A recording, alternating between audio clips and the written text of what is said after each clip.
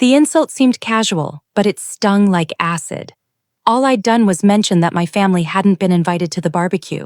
My sister-in-law smirked behind her wine glass and said, "Guess the guest list got classier." Laughter spread around the table. My husband didn't even flinch. Instead, he snapped, "Don't like it? There's the door." So I stood up, and by the next morning, I was gone. No yelling, no tears, just silence. A few days later, my phone rang. His voice was frantic. "Is this your doing?" When we first met, he promised me partnership, equality, a marriage built on respect. I believed him, naively, blindly, but over time, he chipped away at me. It started small, little jokes at my expense, brushing off my opinions, turning his family's sneers into private jokes between us. I told myself it was stress, work, family drama. I stacked up excuses like sandbags against a storm I didn't want to face. But that barbecue, his words, they sealed the truth. I wasn't his partner. I was his punching bag, emotionally, socially, financially, and I wasn't going to be anymore.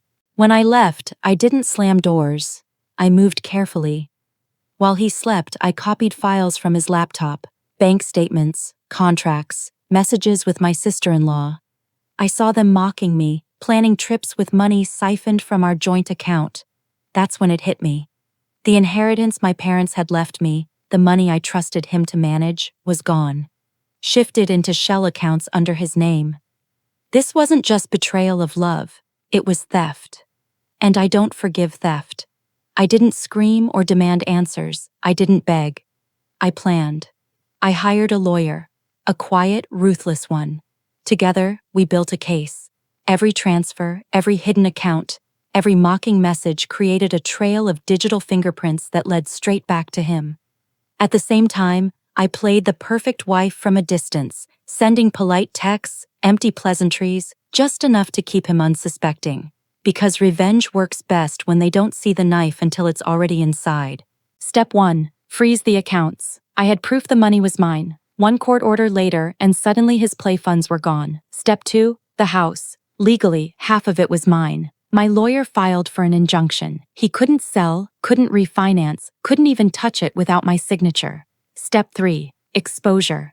I didn't need to scream at his family about what he'd done. I just mailed them copies of the bank records.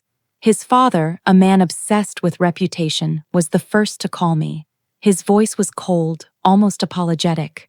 Piece by piece, my husband's kingdom crumbled, and I never had to lift a visible finger.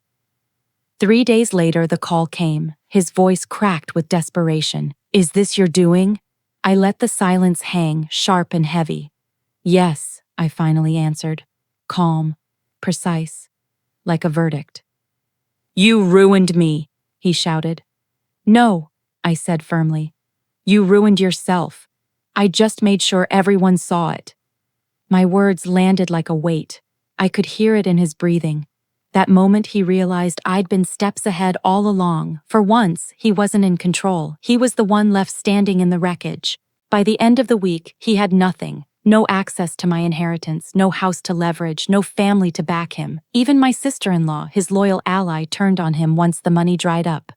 I didn't need to scream, throw plates, or beg for apologies. My silence was enough. My planning was enough. They had laughed at me around that table, treated me like I was disposable.